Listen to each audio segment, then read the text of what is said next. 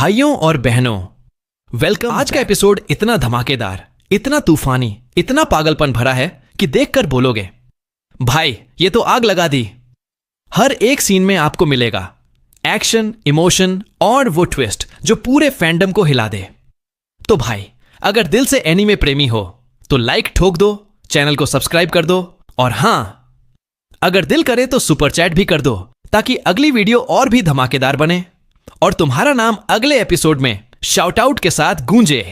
तो तैयार हो जाओ, पॉपकॉर्न ले लो। वो चाहे जितना भी कोशिश करे, नारुतो पर जरा भी बढ़त नहीं ले पा रहा था। हर बार की टक्कर में उसे नारुतो के मुक्कों से निकलती वो दबाव भरी लहर और चीखती हुई ताकत महसूस होती थी। अचानक नारुतो ने बिजली सी तेज एक किक मारी। इशिकी सीधा जमीन में जा धंसा। अगले ही पल सुनहरी रोशनी चमकी। नारुतो आसमान से गिरते हुए उसकी छाती पर आकर उतरा। इशिकी की आंखें सिकुड़ गईं। वो तुरंत अपने शरीर को छोटा करके गायब हो गया। जमीन धंस चुकी थी, लेकिन वहां नारुतो का नामो निशान नहीं था। उसका चक्रा भी पूरी तरह छिप चुका था। लेकिन यहाँ कोई आम लड़ाई नहीं चल रही थी। ये था शिपुडेन लेवल का बैटल, जहाँ इशिकी की जरा सी बुरी नीयत भी नारुतो से नहीं बच सकती थी। अचानक नारुतो के हाथों में एक विशाल गेंट रासेंगन बनने लगा और उसने उसे पीछे की जमीन पर दे मारा। इशिकी चौंक गया, फिर ठंडी मुस्कान दी। उसे यकीन था कि वो अब भी चक्रा को अब्सॉर्ब कर सकता है, भले ही अपने छोटे रूप में हो। पर नारुतो के होठों पर हल्की सी मुस्कान आ गई। अचानक उसके आसपास बिखरे हुए पत्थर सफेद धुएं में बदलने लगे और उनमें से निकल आए अनगिनत नारुतो के शैडो क्लोन। हर एक क्लोन के हाथ में था एक और गेंट रासेंगन जो चारों दिशाओं से एक साथ इशिकी पर टूट पड़े। ये नजारा देखकर इशिकी के चेहरे का रंग उड़ गया। इतनी भारी संख्या के हमलों को वो एब्सॉर्ब ही नहीं कर सकता था। जल्दबाजी में उसने अपनी सफेद आंखें खोली, सुकुना हिकोना एक्टिवेट किया, हर एक रासेंगन को छोटा करने की कोशिश की, लेकिन उस छोटे रूप में वो किसी भी शैडो क्लोन को हरा नहीं पा रहा था। उधर जिन क्लोन के रासेंगन अब्सॉर्ब हो गए थे उन्होंने नेचुरल एनर्जी खींची और तुरंत दूसरी लहर का अटैक शुरू कर दिया। लगातार होते हमलों ने इशिकी को न तो बड़ा होने दिया, न भागने का मौका दिया। नारुतो शांत भाव से बोला, हर पेड़ में एक कमजोरी होती है और तेरी वो कमजोरी नीचे ही छिपी है। इतना कहते ही सास्के और मादारा ने मौके का फायदा उठाया और तीनों ने मिलकर इशिकी को चारों तरफ से घेर लिया। बिना टेंटेल्स की शक्ति के इशिकी उनके सामने टिक नहीं पाया। मौत के कगार पर उसने जबरदस्ती एक स्पेस टाइम पोर्टल खोला और किसी तरह अपनी बेस की तरफ भाग गया। मादारा ने पूछा, तो तूने उसे ऐसे ही जाने दिया? नारुतो ने गहरी सांस ली। जब से मैंने ब्लैक जेत्सु को आकात्सुकी में देखा, मुझे पता था वो इशिकी को इस्तेमाल करके कागुया को रिवाइव करना चाहता है, और अगर ऐसा है तो हम उस फ्लो को यूज करेंगे। कागुया को कंट्रोल में लेना ही ओत्सुत्सुकी से बदला लेने की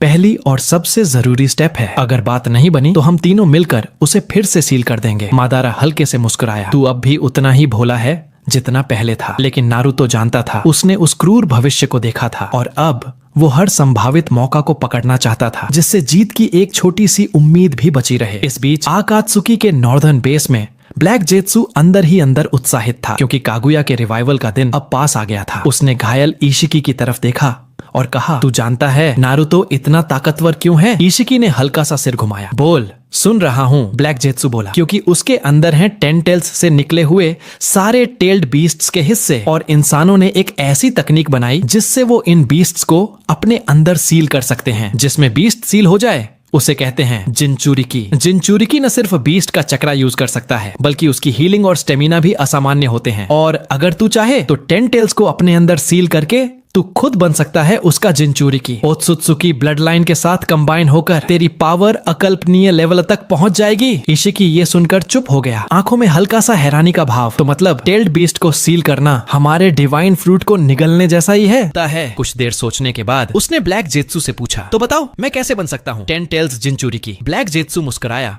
और उसे एक गहरे पहाड़ी गुफा में ले गया, जहां demonic statue of the outer path को रखा गया था। ये वही प्रतिमा थी जिसे नारुतो ने जानबूझकर ब्लैक जेत्सु को खोजने दिया था, क्योंकि उसके हर कदम के पीछे एक ही मकसद था, कागुया को रिवाइव कराना। ब्लैक जेत्सु ने योजना बताई, अगर इस demonic statue of the outer path को तेरे छोटे टेंटेल्स को निगलने दिया जाए तो दोनों एक हो जाएंगे और फिर तू बन जाएगा नए 10 टेल्स का जिनचुरिकी। वो ये नहीं जानता था कि ऐसा होने के बाद इशिकी कितना शक्तिशाली बनेगा, पर अपनी माँ कागुया को वापस लाने के लिए उसके पास और कोई रास्ता भी नहीं था। कुछ देर सोचने के बाद इशिकी ने अपने दाइको कुतेन के अंदर से छोटा टेंटेल्स बुलाया और उसे demonic statue of the outer path के हवाले कर दिया। धीरे धीरे वो प्रतिमा बदलने लगी और आखिर में वही भयावह रूप ले लिया जो कभी चौथे निंजा युद्ध में देखा गया था, टेंटेल्स। इशिकी ने उस विशाल चक्रावेव को देख लालच से भरी आंखों से मुस्कुराया। उसने उसे नियंत्रित किया और ब्लैक जेत्सु के बताए अनुसार 10 टेल्स सीलिंग जुत्सु एक्टिवेट कर दी। दर्द से कराहता 10 टेल्स कांप उठा। उसके शरीर के भीतर एक अजीब ऊर्जा पैदा हुई और धीरे धीरे वो ऊर्जा एक मांस के गोले में सिमट गई। उस गोले से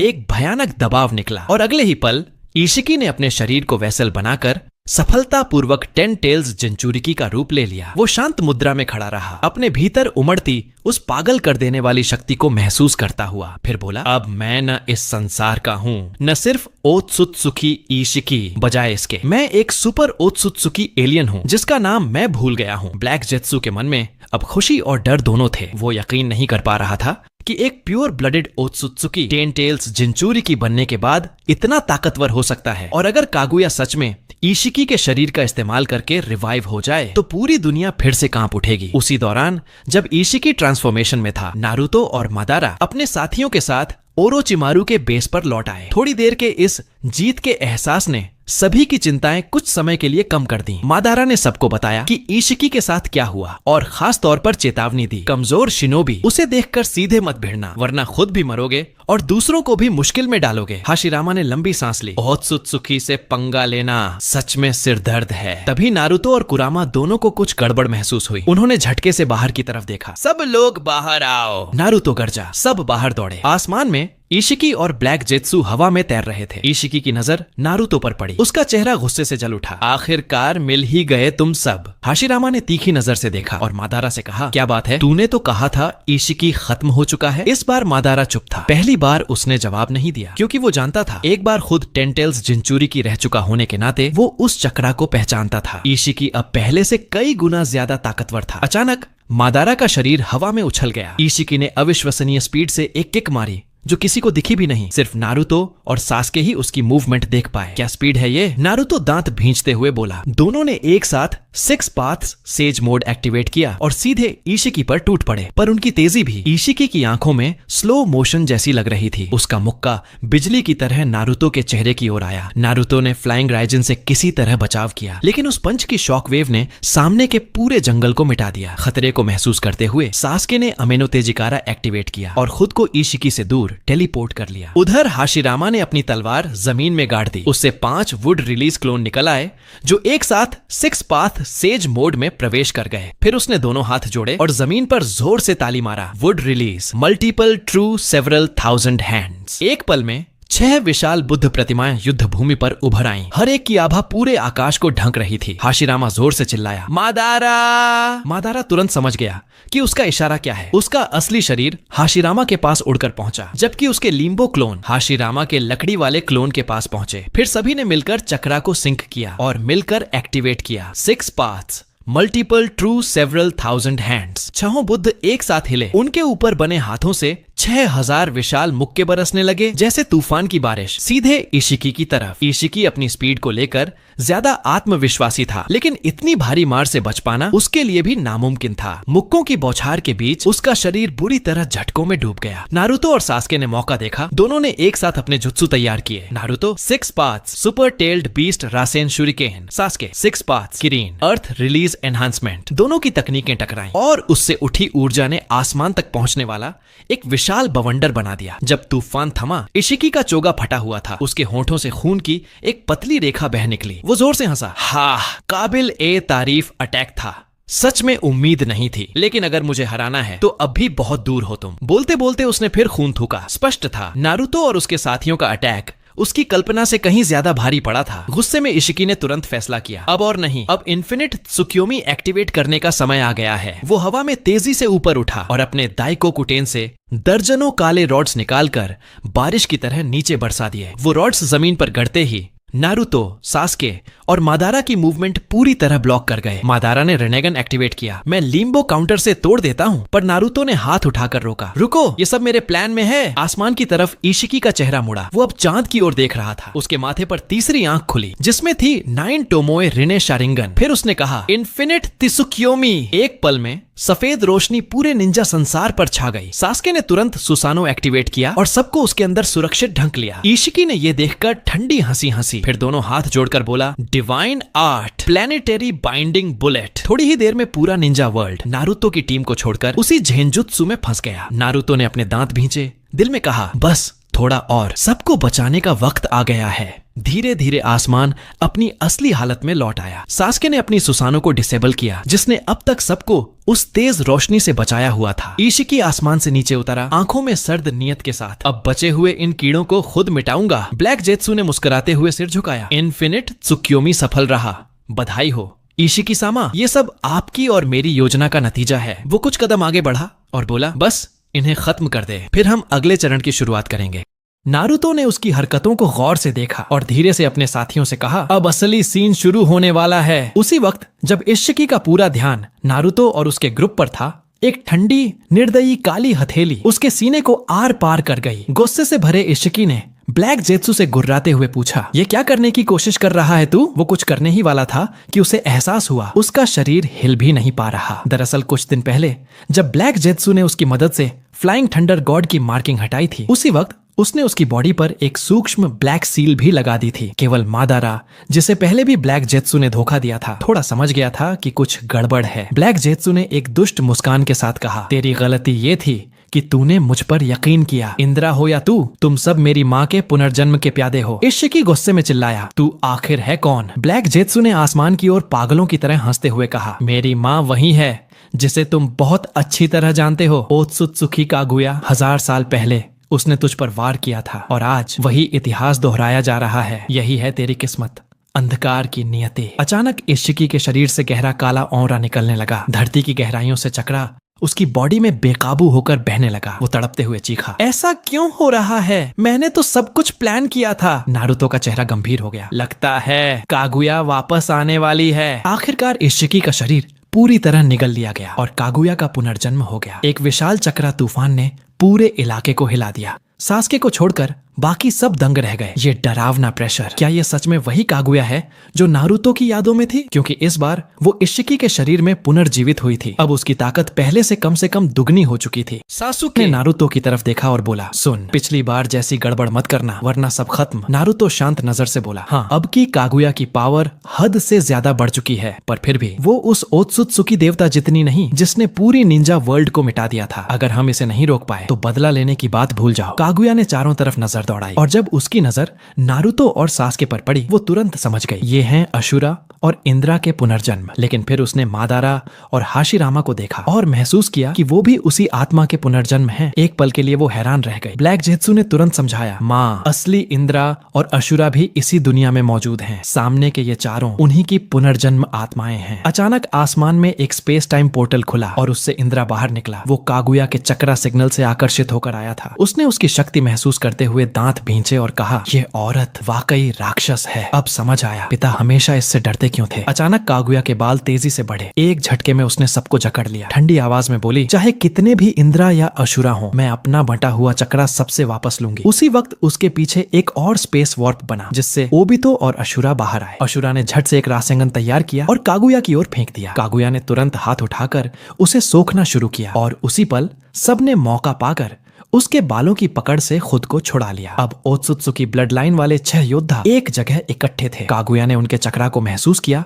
और उसकी आंखों से आंसू बह निकले। मेरे बच्चों, अपना चक्रा माँ को वापस दो। यह कहते ही उसने अपने माथे के रिनेगन को सक्रिय किया और तुरंत ही हेवनली ट्रांसफर टेक्निक चालू कर दी। एक पल में सभी को एक बर्फीली दुनिया में खींच लिया गया। वहां ओत्सुत्सुकी ब्लड लाइन वाले 6 योद्धा बर्फ में जम गए, लेकिन ओबिटो और बाकी साथी सुरक्षित रहे क्योंकि कागुया के लिए दिलचस्पी सिर्फ इंद्रा और उनके पुनर्जन्मों के चक्रा में थी। टोबिरामा ने एक लंबी सांस छोड़ते हुए कहा, हाय, कितनी मिलती जुलती है ये उचिहा क्लैन की सोच से, उतनी ही परेशान करने वाली। थोड़ी देर बाद नारुतो और बाकी सबने अपनी अपनी तकनीकें इस्तेमाल की और बर्फ तोड़कर बाहर निकल आए। उसने टोबिरामा कहा, तुम बस अपनी सेफ्टी का ध्यान रखना, कागुया से निपटना अब हम छाहों का काम है। फिलहाल प्लान ये था, पहले कागुया को कमजोर किया जाए, फिर मौका देखकर उससे बात करने की कोशिश। दूर खड़ा ब्लैक जेत्सु सब देख रहा था। वो हैरान था, ये लोग जरा भी घबराए क्यों नहीं? क्या ये पहले भी इस आइस डायमेंशन में आ चुके हैं? फिर वो कागुया के पास गया और बोला, माँ, इन सबको हराने का एक ही तरीका है, उन्हें फिर से सील करने से रोकना। अगर तुम सील से बच गई तो कोई तुम्हारा कुछ नहीं बिगाड़ सकता। दोनों ने तय किया कि सबको अलग अलग करके हराया जाए। पहला टारगेट सास्के। कागुया के बालों से बने तीखे सेनेबोन की बारिश बिजली की रफ्तार से नारुतो और सास्के पर बरस पड़ी। सास्के ने तुरंत अपनी सुसानो एक्टिवेट कर डिफेंस बनाया, लेकिन इस अफरा तफरी में कागुया ने योमोत्सु हिरासाका खोल दिया। वो सास्के को किसी दूसरे डायमेंशन में खींचने ही वाली थी, पर अब का सास्के अपने पिछले जन्म से बहुत आगे था, चाहे वो लड़ाई का अनुभव हो या सेंसिंग एबिलिटी। जब कागुया का हाथ उसके करीब पहुंचा, उसने बिना मुड़े 6 पांठ चिदोरी पीछे की ओर वार की। कागुया को पीछे हटना पड़ा और वो फिर हिरासाका पोर्टल में गायब हो गई। ब्लैक जेत्सु अंदर से चौंक गया। ये इस बार की सास्के की सेंसिंग तो अकल्पनीय है। उसी वक्त नारुतो उसके पास पहुंचा। सावधान रहना सास्के, वो हमें सील करने की पूरी कोशिश करेगी, इसलिए ध्यान सिर्फ बचाव पर नहीं, टाइमिंग पर भी रखना। कागुया ने ठंडी नजरों से देखा और तुरंत 80 गॉड्स वैक्यूम फिस्ट्स चला दिए। असंख्य घूंसे जिनकी ताकत माइट गाय के 8 गेट जितनी थी, सीधे नारुतो की ओर बढ़े। नारुतो मुस्कुराया। चलो देखते हैं इस बार कितना झेल पाता हूं। उसके पीछे सैकड़ों चक्रा हैंड्स बने और उसने सीधे काउंटर अटैक किया। पिछले जन्म में नारुतो यही वार झेल नहीं पाया था। वो सीधा जमीन से टकराकर उड़ गया था, पर इस बार उसने कागुया की बढ़ी हुई ताकत के बावजूद उससे बराबरी की टक्कर ली। दूर खड़ा मादारा यह सब देखकर बोला, तुम दोनों हीरोगिरी बहुत हो गई। फिर उसने अपनी रिनेगन आंखें चौड़ी खोली और 4 लिम्बो क्लोन्स एक साथ कागुया की ओर झपटे। कागुया ने ठंडी सांस ली। तो तुम हो इंद्रा के दूसरे पुनर्जन्म। उसका एक हाथ अब भी नारुतो से भिड़ा था, जबकि दूसरे हाथ से उसने पूरे आइस वर्ल्ड की नेचुरल एनर्जी खींच ली। उसके चारों ओर बर्फ का तूफान बन गया और पलक झपकते ही नारुतो और मादारा की शैडो क्लोन्स जम गए। वो खुद बर्फ के अंदर आराम से घूम रही थी, मानो उस पर तापमान का असर ही न हो। उसने तुरंत एक नई जुत्सु चलाई, ऑल किलिंग ऐश बोन्स, जो सीधे नारुतो की तरफ बढ़ी। नारुतो बर्फ में फंसा था और इस स्पेस में उसने कोई फ्लाइंग थंडर गॉड मार्क भी नहीं छोड़ा था। बचने का कोई रास्ता नहीं था। लेकिन तभी मादारा ने अपने जमे हुए लिम्बो क्लोन से स्वेपिंग जुत्सु एक्टिवेट किया और खुद की जगह नारुतो को बाहर कर दिया। कंकाल जैसे ऐशबोन क्लोन को भेद गए और वो राख में बदल गया। कुछ सेकंड बाद नारुतो बर्फ तोड़कर बाहर निकला। हल्की मुस्कान के साथ बोला, थैंक्स मादारा। मादारा ने ठंडी सांस ली। हर बार तुझे और सास्के को ही शो चुराने दूं क्या? कभी हमें भी मौका दे दिया करो। यह सब ब्लैक जेत्सु की चाल थी, जिसने कागुया को उकसाया था। वो अदृश्य लिम्बो क्लोन्स, हर एक के पास कागुया के असली शरीर जितनी ही शक्ति थी, लेकिन फिर भी उन 6 लोगों का अकेले सामना करना, यहाँ तक कि कागुया के लिए भी आसान नहीं था। ब्लैक जेत्सु ने सलाह दी, माँ इस डायमेंशन को बदल दो, उन्हें सुपर ग्रेविटी स्पेस में खींच लो। कागुया ने सिर हिलाया और अपने हेवनली स्पेस ट्रांसफर को फिर से एक्टिवेट किया। पलक झपकते ही सबके शरीर ऐसे भारी हो गए जैसे नसों में लेड भर दिया गया हो। यहाँ का नियम साफ था, जिसके पास जितना ज्यादा चक्रा, वो उतना ही ग्रेविटी महसूस करेगा। पिछली बार नारुतो और उसके साथी किसी तरह हिल पाए थे, लेकिन अब की बार वो 1 इंच भी हिल नहीं पा रहे थे। बेशक कागुया खुद भी इस भारी गुरुत्वाकर्षण में पूरी तरह फुर्तीली नहीं रह पाई। मादारा ने अपने लिम्बो क्लोन्स से हमला करने की कोशिश की, पर उनके साए भी उसी ग्रेविटी में जकड़ गए। 1 कदम भी नहीं हिल पाए। तभी अचानक एक स्पेस टाइम वॉर्प खुला और उससे ओबितो निकल आया, सीधे मादारा के बगल में। जमीन पर झुके हुए मादारा को देखकर उसने एक हल्की मुस्कान के साथ तंज कसा। मेरे मूर्ख साथी, इतनी जल्दी थक गया क्या? अब तो डांस शुरू भी नहीं हुआ। यह कहते हुए ओबितो ने पूरे स्पेस में कामुई की कू नर्डिनेट्स फैला दी। अब वो इस ग्रेविटी वर्ल्ड में कहीं भी फ्रीली मूव कर सकता था। कागुया ने गुस्से में कई ऑल किलिंग ऐश बोन्स फेंके, मगर सबके सब पलक झपकते ही ओबितो की कामुई स्पेस में समा गए। यह देखकर कागुया और ब्लैक जेत्सु दोनों सन्न रह गए। कागुया ने फिर से नई हड्डियां बनाई, एक के बाद एक ऐश स्पाइक्स बरसाई, पर नतीजा वही। इस बार का ओबितो ड्यूल कामुई का मालिक था। उसकी स्पीड काकाशी से कई गुना तेज थी। नारुतो जोर से चिल्लाया, शाबाश ओबितो, यही चाल चाहिए थी। लेकिन ब्लैक जेत्सु के चेहरे पर बेचैनी फैल गई। कमबख्त, इस ओबितो की वजह से ये सुपर ग्रेविटी स्पेस अब पूरी तरह बेकार हो गया। मौका देखकर ओबितो ने कागुया के सिर पर कामुई लॉक किया ताकि उसका सिर ही स्पेस में खींच ले, पर कागुया के बाल मोटे अभेद्य कवच में बदल गए। हर बार वो रिजेनरेट होकर उसे रोक लेते। ओबितो ने पूरी ताकत झोंक दी, लेकिन वह डिफेंस टूट नहीं पाया। तभी सास्के ने अमिनो तेजिकारा से पोजीशन स्वैप किया और अचानक कागुया के ठीक पीछे आ पहुंचा। कागुया ने प्रतिक्रिया में तुरंत एक और हेवनली स्पेस ट्रांसफर एक्टिवेट किया और अगले ही पल सबकी दुनिया बदल गई। अब वे सब एक लावा वर्ल्ड में खड़े थे, जहां हर जगह पिघली हुई चट्टानें उबल रही थीं। ओबितो और बाकी नॉर्मल फाइटर्स, जिनके पास रिनेगन या 6 पाथ पावर नहीं थी, तुरंत नीचे गिरने लगे। पास ही खड़ा इंद्रा ने बिना देरी किए अपना सुसानो जला दिया और हवा में झपटकर अशुरा समेत बाकी सबको पकड़ लिया। फिर उन सबको लेकर आसमान की ऊंचाइयों में उड़ गया। तो भाई लोग, ये था आज का धमाकेदार एपिसोड। अगर वीडियो पसंद आई हो तो लाइक, शेयर और कमेंट जरूर करना। और हाँ, अगर तुम भी अगले वीडियो में अपना नाम सुनना चाहते हो तो सुपर चैट भेजना मत भूलना। तुम्हारा सपोर्ट ही तो वजह है कि हम हर हफ्ते नए एपिसोड लाते हैं। अगले पार्ट में मिलते हैं और भी बड़े धमाके के साथ। तब तक के लिए स्टे ट्यून, स्टे हाइप्ड